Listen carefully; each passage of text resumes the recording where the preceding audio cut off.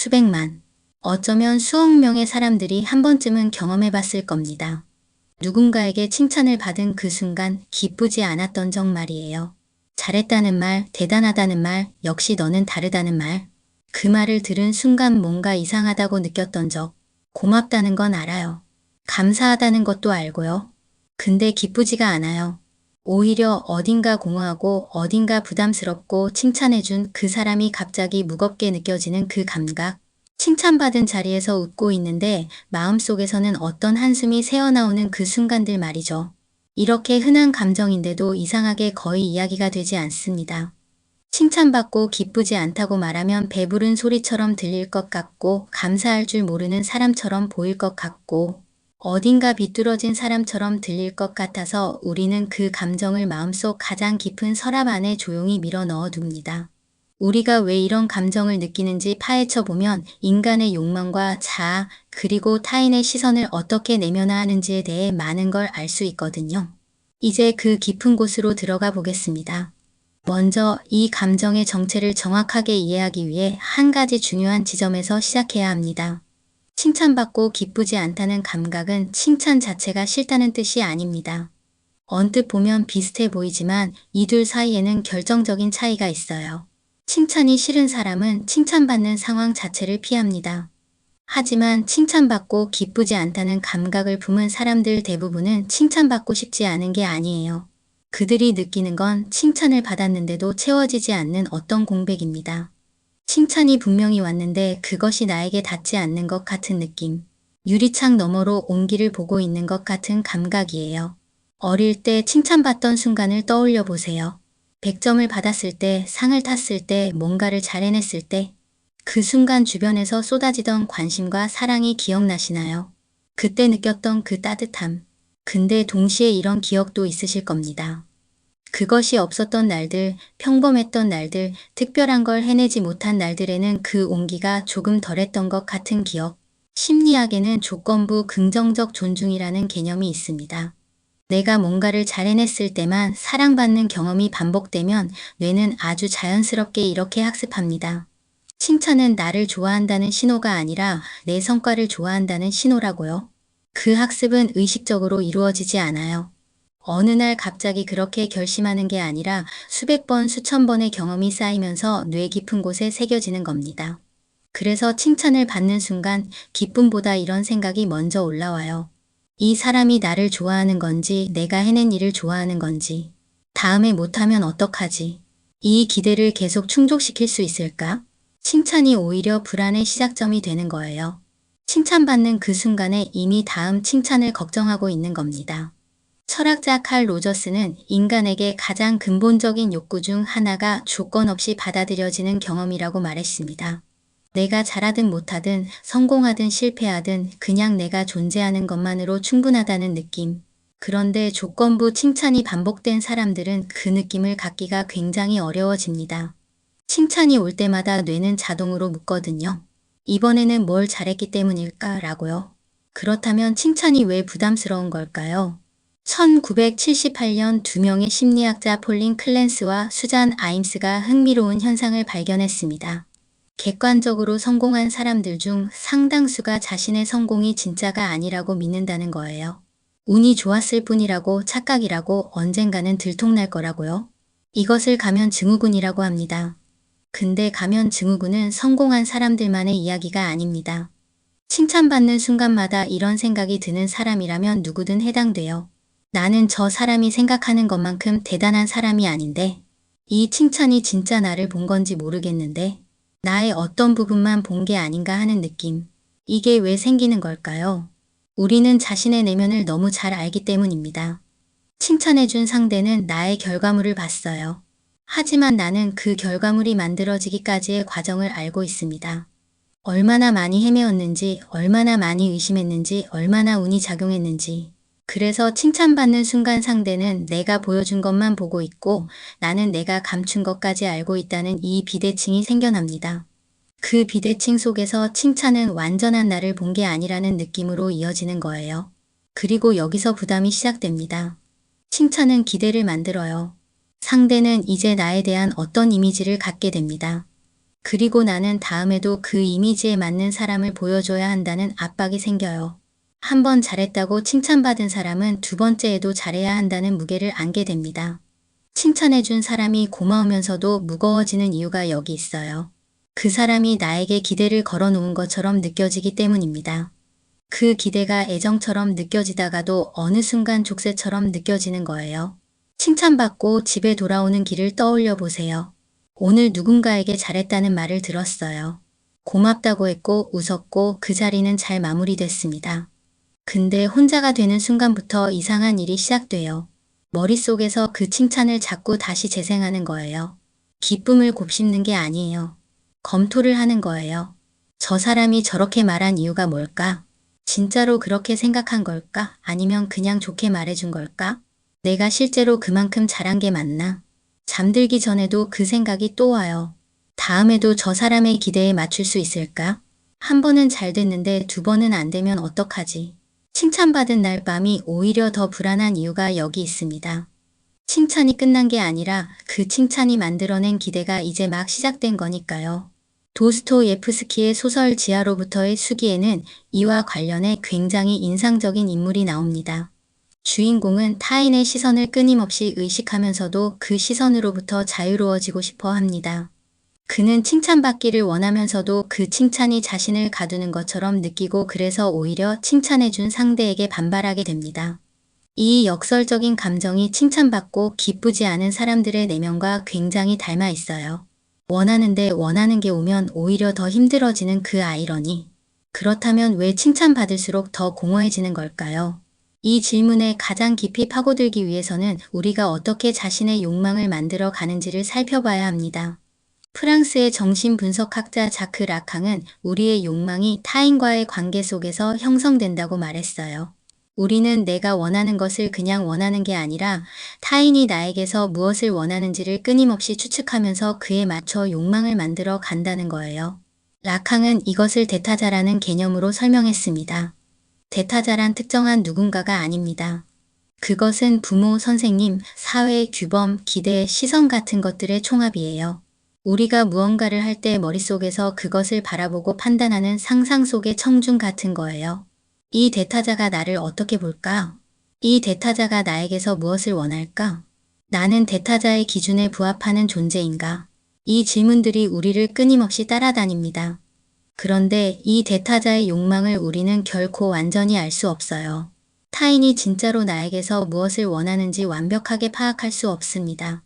그래서 우리는 끊임없이 추측하고 맞추려 하고 실망하고 또 추측합니다. 그런데 더 중요한 문제가 있습니다. 타인의 시선을 내면화하면서 자라다 보면 어느 순간 내가 원하는 것과 타인이 나에게서 원하는 것의 경계가 흐릿해집니다. 내가 이것을 좋아하는 건지 좋아한다는 걸 보여줘야 한다고 느끼는 건지 구분이 안 되기 시작해요. 내가 이것을 하고 싶어서 하는 건지 이것을 잘하는 사람으로 보이고 싶어서 하는 건지가 불분명해집니다.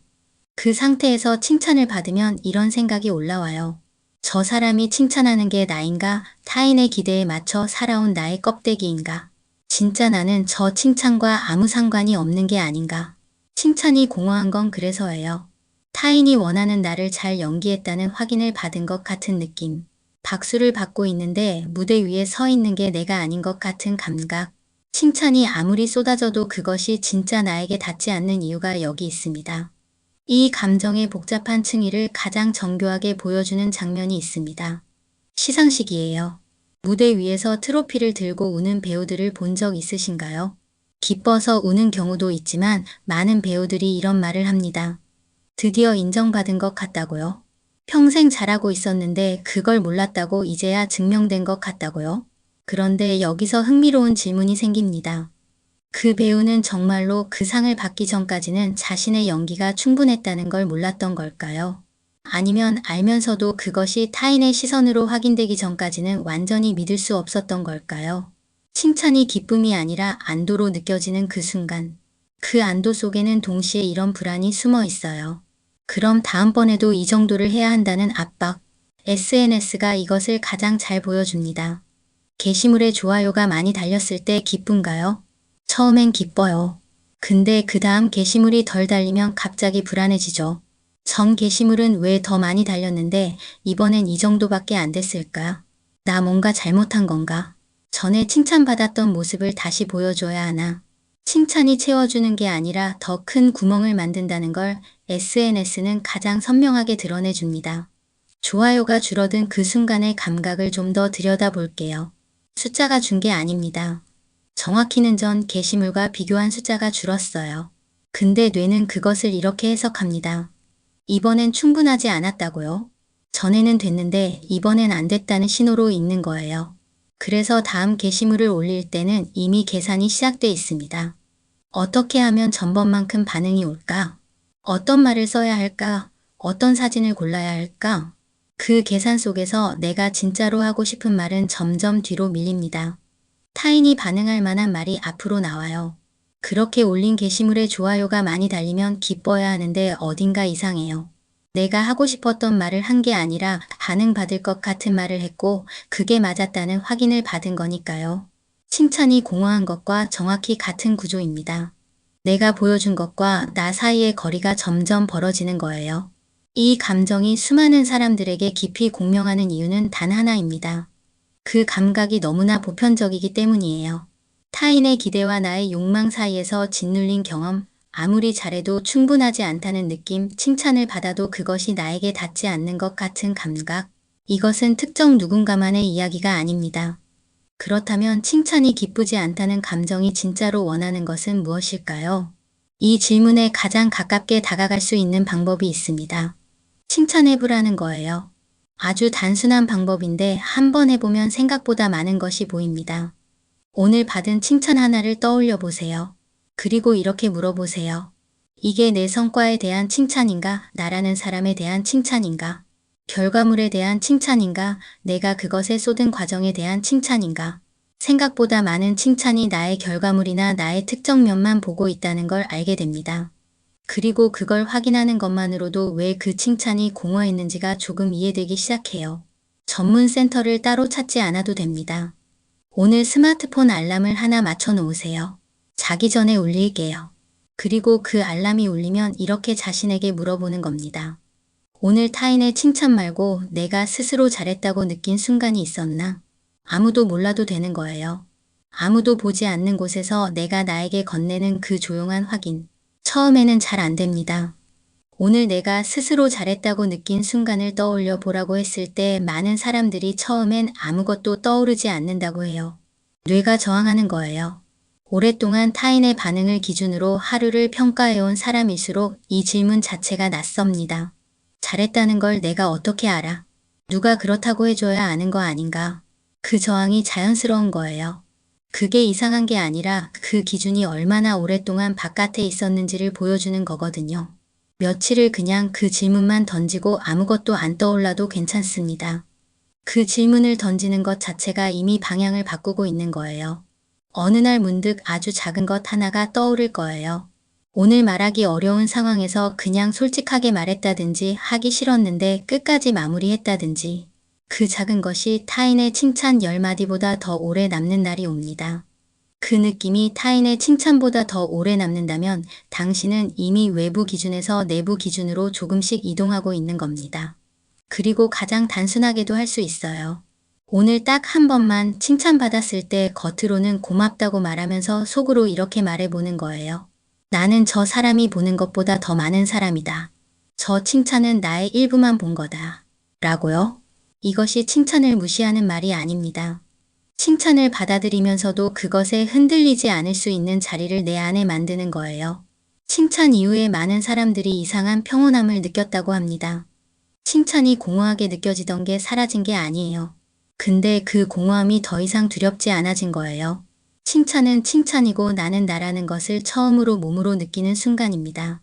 그렇다면 이 감정은 어떻게 받아들여야 할까요?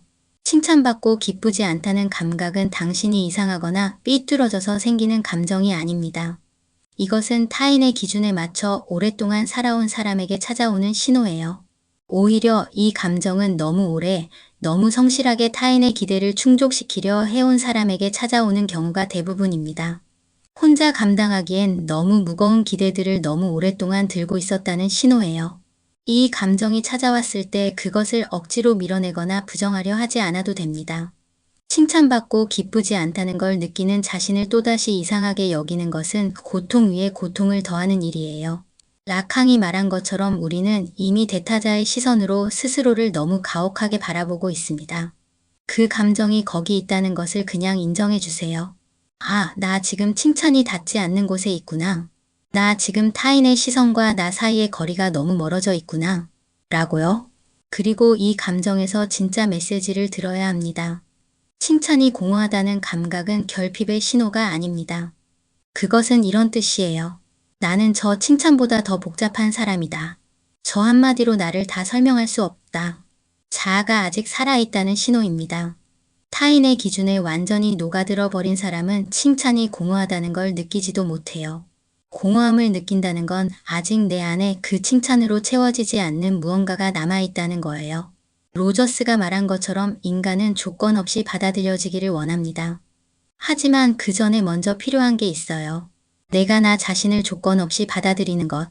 잘했을 때도 못했을 때도 칭찬받을 때도 그렇지 않을 때도 그냥 내가 존재하는 것만으로 충분하다는 것을 내가 먼저 믿는 것. 라캉이 말한 것처럼 우리는 타인의 욕망을 완전히 알 수 없고 타인도 우리의 욕망을 완전히 알 수 없습니다. 하지만 그 불완전한 이해 속에서도 우리는 여전히 서로에게 닿으려 할 수 있어요. 그리고 그 시도 자체가 이미 타인의 시선을 넘어서는 용기입니다. 우리가 살면서 경험하는 모든 것은 끊임없이 변화하고 있습니다. 지금 이 감정도, 지금 이 공허함도, 지금 이 무거운 기대들도 영원히 지금과 같은 모습으로 남지 않아요. 변할 수 있다는 것, 달라질 수 있다는 것, 그것이 우리가 타인의 칭찬 대신 우리 자신의 목소리를 선택할 수 있는 이유입니다. 칭찬받고 기쁘지 않다는 감각은 사실 이렇게 말하고 있어요. 나는 아직 진짜 나를 찾고 있다고. 그리고 그 탐색이 시작됐다는 것 자체가 이미 달라지고 있다는 증거입니다. 지금 그 감정이 느껴진다면 오늘만큼은 타인의 기대도 나에 대한 판단도 내려놓고 그냥 지금 이 순간 당신 자신에게 조금 더 너그러워지세요. 당신은 충분히 오래 타인의 기준을 들고 버텨왔습니다. 그리고 그것만으로도 이미 충분합니다. 지금까지 착착심리였습니다. 다음 영상에서 또 만날게요.